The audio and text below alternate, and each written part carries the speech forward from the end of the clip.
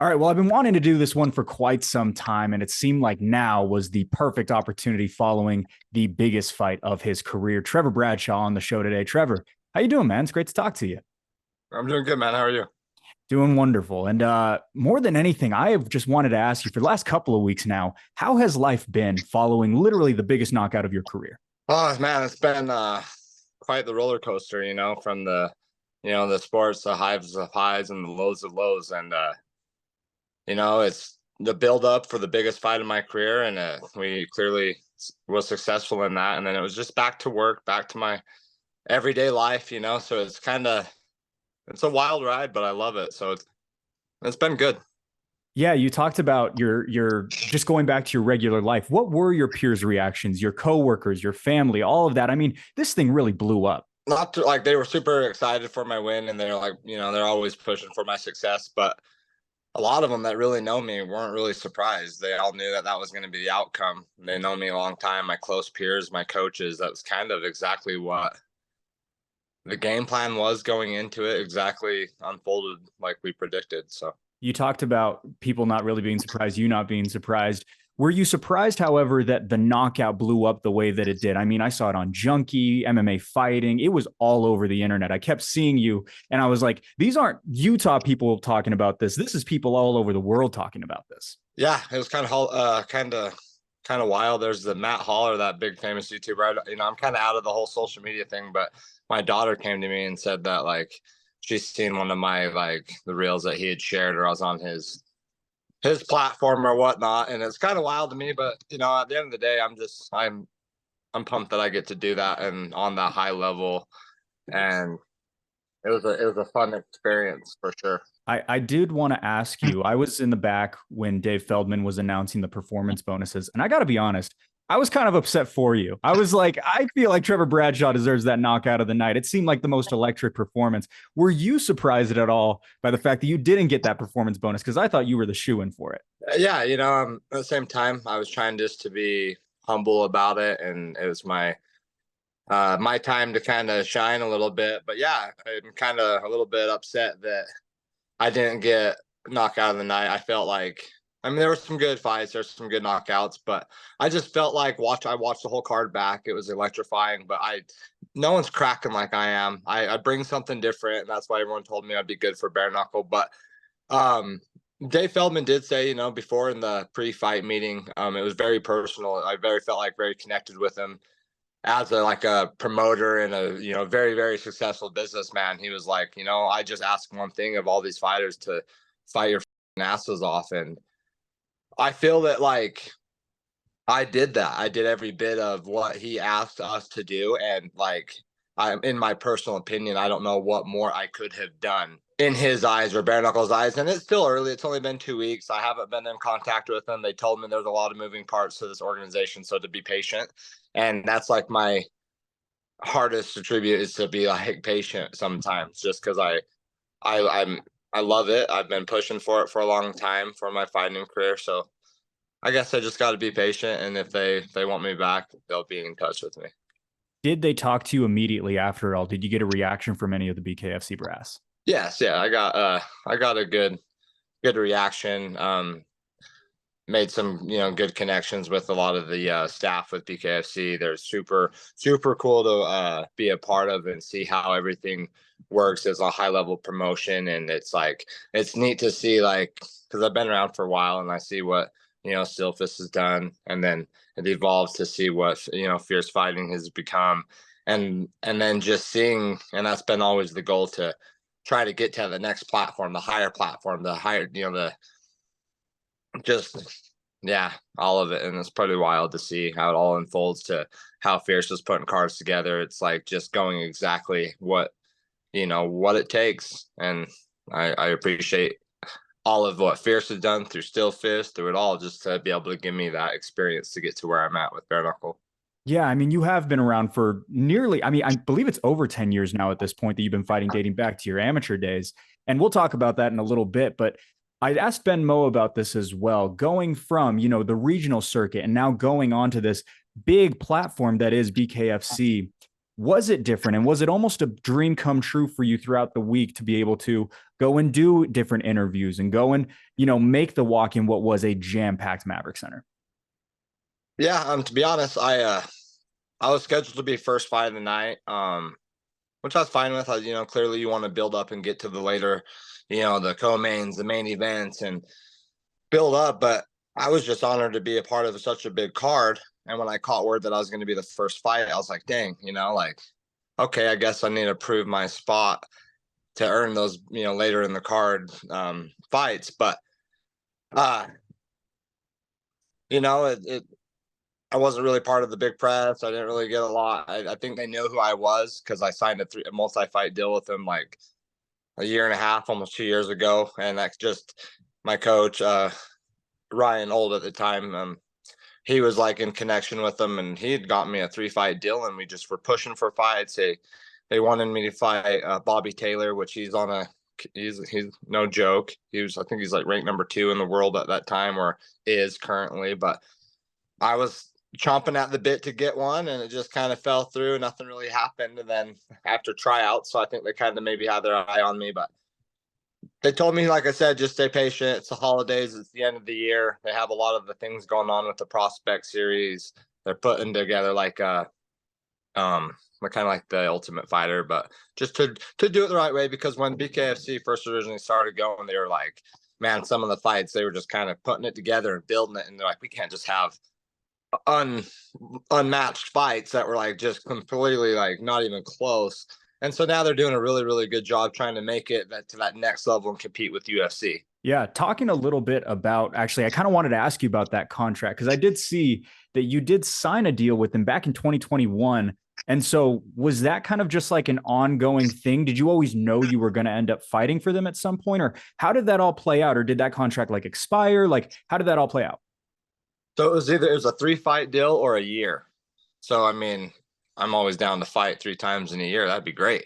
So yeah, it just exceeded on time. And then there was a lot in the last trying to get my record going in MMA, a little upside down there, which, it's just been a lot. I moved into our new home, built our home when all that stuff was going on around the time. So I think timing really played a really good, important factor into all of it. So I'm kind of just fortunate that it's unraveling how it should and just trusting the process in this journey. So maybe that was just it, the timing. One of the big things I wanted to ask you was just your thoughts on the entire card and specifically the Utah crowd and specifically the Utah fighters. Obviously, Ben Moa, Mike Jones didn't go his way. But I mean, there were some big names from the state of Utah that got to show out, obviously, you yourself. What was it like just rubbing shoulders with the guys in the back, being in a place that seems like home in a lot of ways, but in another right, it's a completely different promotion. It's a completely different sport.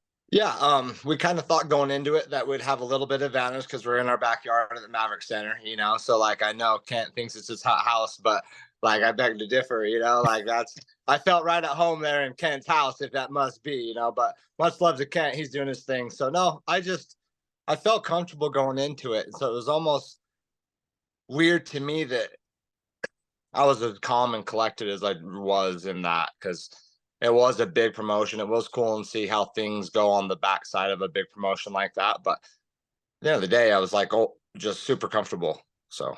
All right, guys, before we keep going, we got to talk a little bit about our podcast sponsor, Water and Wellness. Now, you've heard us talk about water and wellness before, but I got to tell you, this is the best water I have ever had in my entire life. Alkaline, filtered, some of the tastiest stuff you'll ever have. I crave it like it's a cheat meal in itself, but it is so good for you. And they're stationed right here in Salt Lake City. So go ahead, head over to Water and Wellness for the best water you have ever had in your life. Change your water, change your life. Let's get back to the podcast.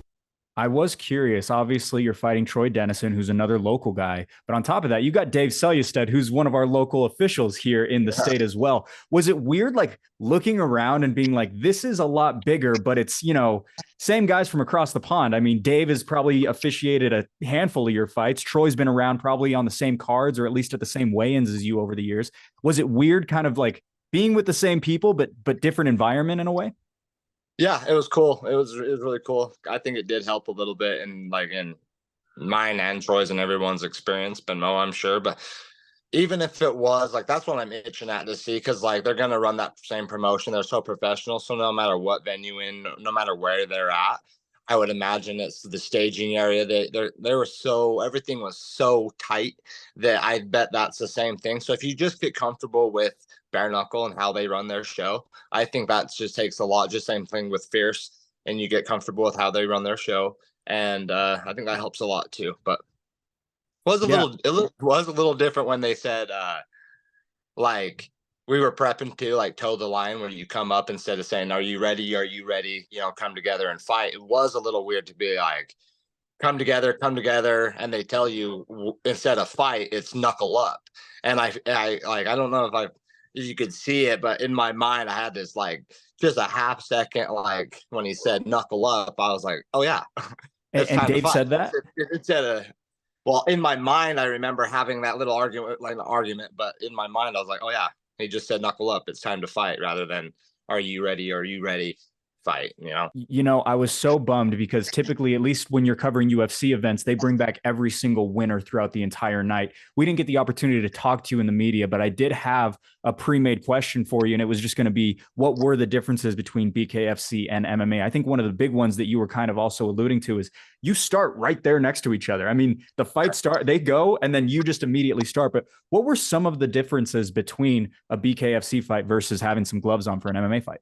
I think in the back is really, really like kind of, I got my hands wrapped, and then like when they were done, like kind of wrapping my hands, you know, because they wrap the wrist and they go an inch back behind the knuckle, and they were like, "Hey, you're done." And then just warming up, I just had that like, "Oh my gosh, like that's it. This is time to go." So I think there, but once I got in it, it was just, I get so zoned in and focused that to me, it really wasn't too much of a different feel, besides like maybe uh a technical street fight, or like a just a sanctioned street fight without like you have to worry about two other dudes jumping in or cold clocking you when you're not watching. But no, I was comfortable. You know, you've mentioned in previous podcasts that you've been fighting your whole life, that this isn't your first bare knuckle fight or anything like that. Did you feel at home there? Did you feel like, hey, maybe this could be a new venture that I will go out to and continue to build a career in? Yeah, and I've had time for this 2 week, for this like roller coaster to come back down and humble myself and get back to work. I was back in the gym the next day. I had stitches, but my hands weren't broken. So, and it's just such a wild experience when you like win a fight like that, and or any fight in general. I get this like just boost of like adrenaline, confidence. So like I just keep pushing even harder. It motivates me that I got the mission accomplished, you know, highs of highs, lows of low with the sport. But without being like egotistical or being like trying to be a badass, because I'm past trying to prove anything. I know that what I can bring to the table, and I honestly feel in bare knuckle I could stand and fight, not just stand and bang, because everyone's like, you're a brawler. I hope through any of this, that was cool, calm, collected, precision shots. I hit body shots. My hands are fine. I mean, that was mission accomplished. And so, yeah, I think I could stand with some of the best in the world in MMA and bare knuckle for sure. I remember I was sitting right next to Ramsey Nijam on Media Row when you were making the walk. And I remember turning to him and I said, he's built for this. This is good. This is Trevor's sport. Like this is perfect for him. Similar to how like Mike Perry fights. Like I think he's just perfect for that sport. I thought that you were an absolute shoe-in. And when I saw you on the card, I was really excited. Thank Talking a you. little bit about all the fights that you've had, and whether that be, you know, sanctioned fights or in the streets. When did you actually step into a gym? What was day one in a gym like for Trevor Bradshaw? Day one was back, I think around 2013. Um, I was really involved in like my music career, playing like metal music and stuff. And long story short, I got in a fight on stage at one of the shows, and it was wild. I ended up punching the kid on stage. Something wild broke out, and then I think it was one of the Patents through Still Fist. They had reached out and asked if I wanted to fight, and I kind of declined. I said, no, I'm kind of focused on my music career, and I just wanted to like play guitar and stuff. And then had some like life events happen that I just was focused on, like needed to release my anger. And so I thought, you know what? they offered me a fight. I reached back out and said, "Yeah, I'll take a fight," and trained for about a month. I went in there and started. My whole life changed from like 2013. I like had this idea of I wanted to be a fighter. Like I always had a rough childhood growing up. I fought a lot of times through school, got kicked out of school a lot. So yeah, I just kind of evolved from there. And 12 years later, we're here. I want to get back on track with this because you just said Oh, so sorry. much great stuff, but I did not know that you were a musician prior to the fight career. I got to learn some more about this. What was the band name? Where did you perform? Do you have any albums out? Like, what is this? I mean, yeah, it was crazy. It was 10 years ago. So it's funny looking back, but we were Orion's Wrath. We are some YouTube stuff that you can see little skinny Trev, little metalhead Trev, little lost Trev, little confused, didn't know where I was at in life, but I always kept it, raising my daughter from the beginning and just fighting, bro. There, everyone's got a fighting, something they're fighting for. And mine's always been fighting for my daughter and fighting for just fighting for life, bro. I got to ask you, 10 plus years into this thing, did you ever think that you would turn it into a full fight career? Did you ever think you would have 20 plus fights across multiple different sports? No, looking back at it, I'm kind of, it goes by fast. When you really put into perspective, you look back, and I had a memory come up when it was like my third. I fought Ricardo Lopez for Still Fist, and that came on my time hop like today. And we laughed about it. It's like, holy cow, it made me feel old. But I'm stubborn. I see it. I visualize this. Like I remember being a kid, like whenever I was playing hoops or like jumping on like the basketball, like the trampoline for my basketball, I'd always envision like people watching all the time. And like I always liked being the center of attention all the time. So I was a bully. So then I figured the best way to be popular was to fight. And so I kind of was immature in that mindset growing up just because I didn't have that stable home environment to teach me kind of like, hey, maybe we should get you in like boxing or get you into that. It just was just trouble. So I'm glad where I'm at. I think my past really helped me mold me to where I'm at. But I continue to keep thriving to get to that high level of where I know I deserve to be. Well, you absolutely do deserve to be at that high level, and it certainly showed a couple of weeks ago. Whenever I talk to people who are veterans of the game, 5, 6, 10 years into this game, I'm always curious because we have seen an uptick in terms of popularity in combat sports over the last 10 years. Where have you seen the sport grow over the last decade? Just the kind of social media platform that it almost hurts me as a individual, like where I see it going, because it's like there's so much talent. There's so many absolute killers out there that are just like maybe how I was, just caught up in the wrong system, not getting the help they needed. Can you imagine just how many people are in like the prison systems or jail systems that are just made bad decisions their whole life that should have maybe been fighting? And there's always out there that's my dad taught me, no matter how big or bad you are, there's always going to be somebody out there that's always badder than you. So it's a hard sport to be in. It's all, you can be on the top and you're on the chopping block all the time, and the talent, and it's growing so fast. But to get back on track, I think social media is just, if you have a social media following and you have that platform, just like with anything, it almost is like shoes you in a little bit easier if you have that younger mindset. You know how to run the Instagram, the TikToks, the Facebooks, and I think that there's good things and bad things about it, in my opinion, with where it's going. Last question from me. 12 finishes across your career, and I am so curious, do you have a specific finish that is your favorite? That's a good question, but uh, that one 2 weeks ago would have to be probably just the whole highlight of everything. I think that one was pretty good. But Troy is a really cool dude, and so watching it back and getting the kind of feedback that it should have been should have stopped early. And he's a dog though, and he got up and they told him, if you're walking forward and you're counting your 8, they don't want to stop it either for Troy. So God, like I for liking the guy, I don't like to say that was I didn't feel it felt great, but God, I like to you think that one guy I fought for Fierce, Andre Hafer, I hit him with a clean body shot, and I think just because of the disrespect he was sending me for weeks and telling me like the F around and find out memes, I think that one out of all of them felt the best just because he was such a kind of a crappy guy. Yeah. Trever, it is such a pleasure to talk to you. I seriously, I've been wanting to do this for so long. Cannot wait for the future, whatever it may hold. Hopefully we see you at Fierce. Hopefully we see you on a BKFC stage as well. You deserve it all as the veteran that you are. Thank you so much for being a class act. Thanks, Blake. I appreciate the time.